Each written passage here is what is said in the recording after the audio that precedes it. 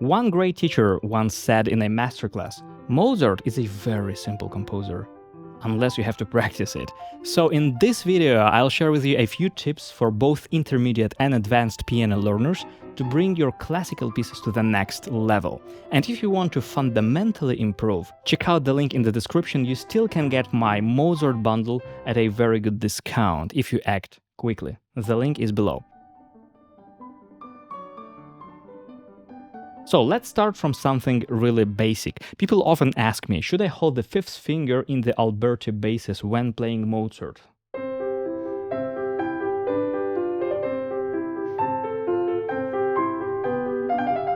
So, in my opinion, the answer is quite nuanced, because if you play Mozart on a historical instrument from the Mozart's time, it might be a very reasonable solution. But on a modern instrument, in my opinion, it tends to sound a little bit muddy and a little bit too grounded, losing transparency and elegance. That's why I usually would not do this unless a composer really explicitly writes the second voice for those notes. So I would rather go for...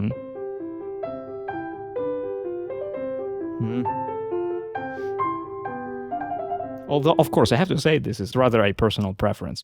Another concern of intermediate players very often is how to play hands with a different dynamics. So here you have to imagine, of course, this is a coordinational issue on the one hand, but on the other hand, try to imagine that your hands, your arms, are made from a different material and have different properties. So your right hand has a little bit sharper and quicker fingers. So when you hit the keys, strike the keys, you should provide a kind of silver tone quality of the sound. It has to ring through the space.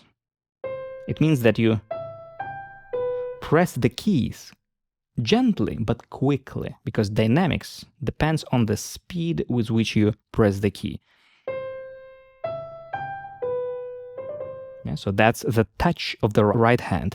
And the left hand is made of feathers or maybe a wool, something really soft, like a teddy bear. And your fingers dive through the keys very tenderly and slower, much slower. Yeah, so just experiment with how slowly you're able to press the keys at your piano. And then...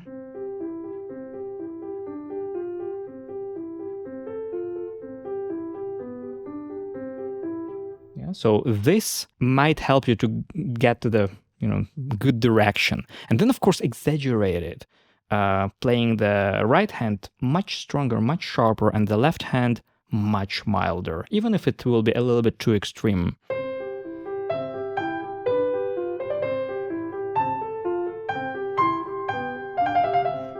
And when you have this, you diminish the range.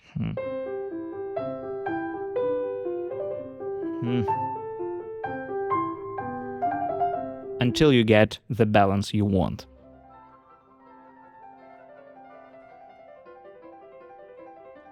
The second reason why Mozart is so difficult is clarity in fast passages, what we call a Pearly playing. And here it is important to understand the difference between classical, especially classical German tradition and aesthetics, and more romantic way of playing, especially the Eastern European tradition, because in romantic music we often think in waves. The phrase grows, falls, breathes, and moves very freely.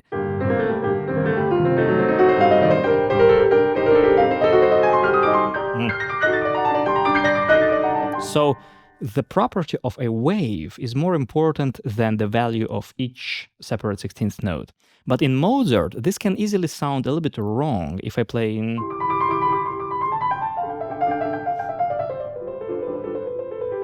Yeah, I don't pass to the second round with this kind of playing. So what you might want to develop for classical music is a feeling of each note as a small rhythmic unit. And this is what people often call Pearly playing. And for this, it's very beneficial to practice in a moderate tempo and develop an ability to focus the fingertip each time you strike the key, with a quick relaxation after the strike. But at the same time, imagine that the impulse for this motion starts not in the finger only, but actually in the elbow, like from the elbow.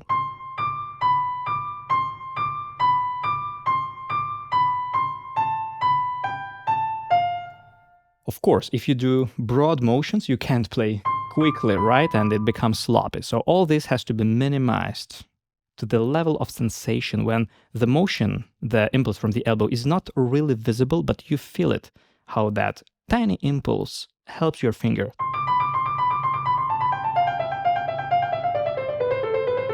This helps tremendously to offload tension between notes and pronounce each note with a good articulation.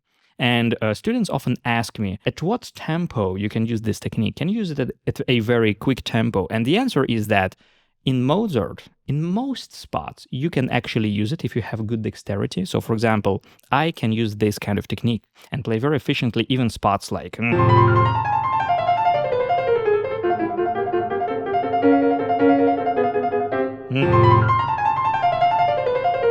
So at this speed, it works really well. If I want to play something much faster, like... Of course, I would need to rely on the tiny finger motions. There is no time to provide elbow impulses. But nevertheless, even in such spots, it's very beneficial to practice by feeling them in a moderate tempo.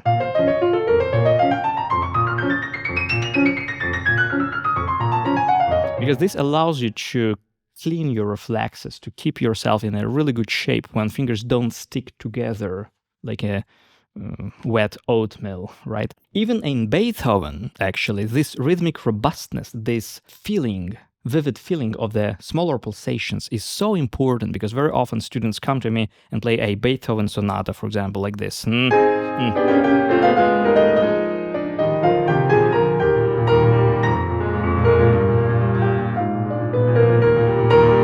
But then, stylistically, unfortunately, it doesn't really differ from something like... Even here, even in Chopin, it's a question actually whether we have to play in this rounded, kind of smooth way. But in Beethoven, it's always better to feel that that engine of the 8 notes. That's why instead of waves, like... it would be more reasonable to feel the articulation of the 8 notes, like... Yeah, so then...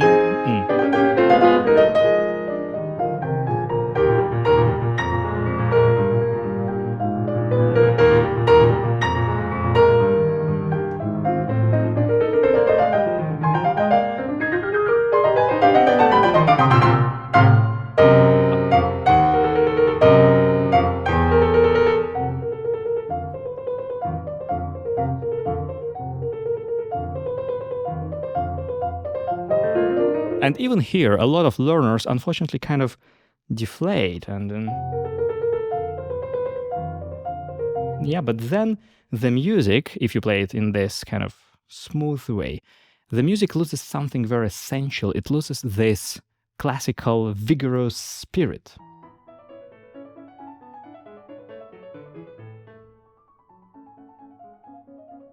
But what most learners don't actually know that in Mozart, there is not just one default Pearly way of playing, and his music benefits tremendously if you are able to play it also more expressively. Let me demonstrate it. So, for example, in this spot.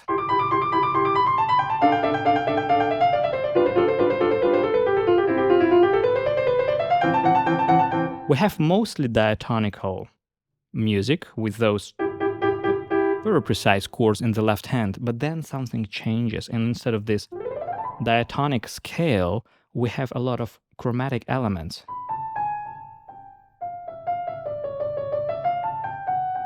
And such elements, they are extremely expressive. And also the left hand changes from this to this very cordial and singing duo of 2 wind instruments, like a bassoon and clarinetto, for example.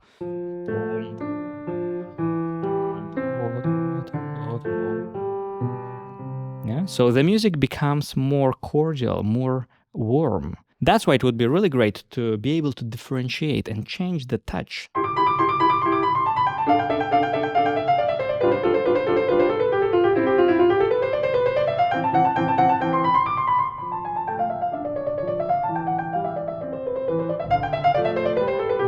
And then maybe again non-legato because the texture changes again. So what I'm doing here, I'm switching from a more round finger non-legato approach to a more flat fingers and smoother connection between the fingers. And especially being very careful with singing through those alternated pitches, through those chromatic elements.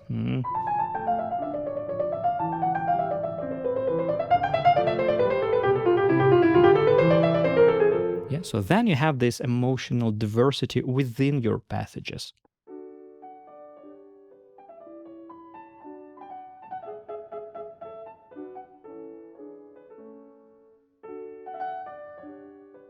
Another thing that makes Mozart difficult is the balance between passion and politeness. Because Mozart is often very passionate, and the difficulty here is that even when you play a very passionate piece that is very vibrant and loud, forte, you still have to stay light, so not over-investing with your body, because very easily it can become kind of massive, very heavy, right? So you still play mostly with your forearms and not so much with your upper torso, not so much with your shoulders and your back, the way you do in romantic music or in Rachmaninoff, let's say, or Prokofiev. In Mozart, it's mostly at the fingertips, maybe sometimes with a forearm weight, but nothing more than that, so that your forte stays light and elegant.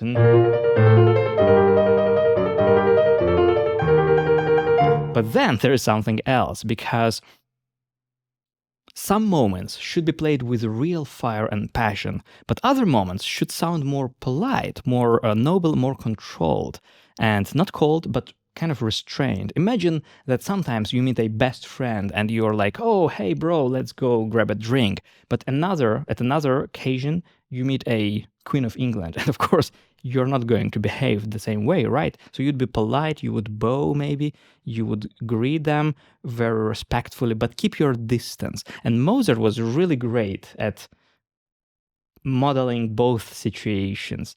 So his music is very diverse in this regard. So of course you can play it straight. Again, there is nothing wrong in that, in playing like...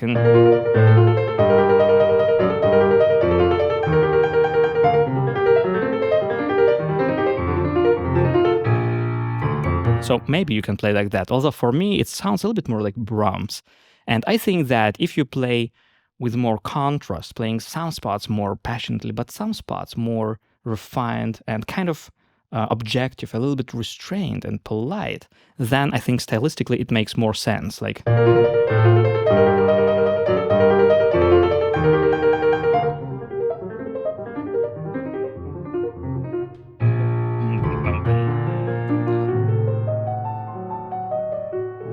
So then it makes sense. Or especially when we have those famous cadenzas at the end of the section with this typical chord progression, like... And you have those situations very, very frequently. So here also you can think about playing passionately before and after that cadenza. But this cadenza can be more formal, kind of, more restrained. Let me give you an example. Like here.